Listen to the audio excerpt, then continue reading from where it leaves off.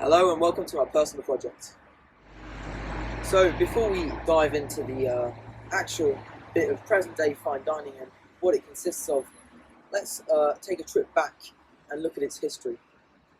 Fine dining actually started in the 1780s when César Ritz, a Swiss developer at the time, partnered up with Auguste Escolier, a reputed French chef, and they set up a fine restaurant in the Grand Hotel of Monte Carlo. So fine dining hasn't really changed in terms of kept its traditional role, the cutlery, the plates, the glasses, all that stuff. Really the diet has changed as us as humans, we've evolved. So back in the olden days when food wasn't that accessible, it was mainly vegetables, greenery, maybe some meat occasionally, and it was really for the top high class. So if you're middle class or a peasant, it wasn't accessible to you. So now that we've dug into the history of fine dining, let's go back to present times and let's take a look at what a fine dining table looks like.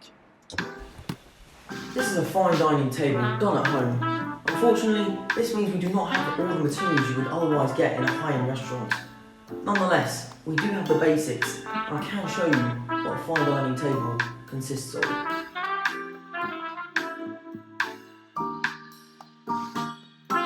So here in front of me lies a typical fine dining layout. Let me talk you through it.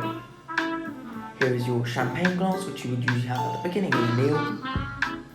And you have two wine glasses, one for the red, one for the white. The white would usually accompany fish or some vegetables, whereas the red would accompany some meat.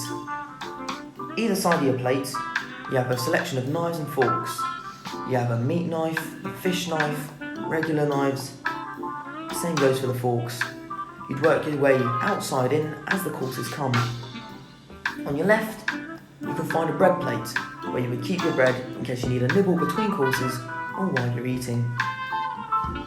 Put your cloth napkin on your lap and you're ready to eat.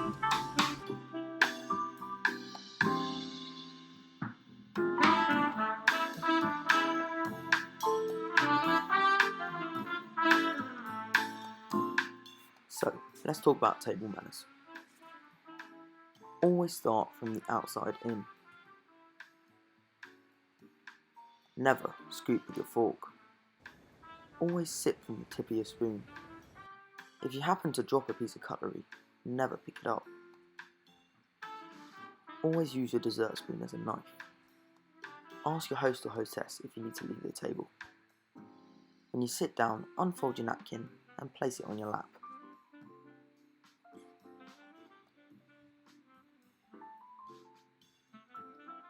Never tap your glass if you need to make a toast.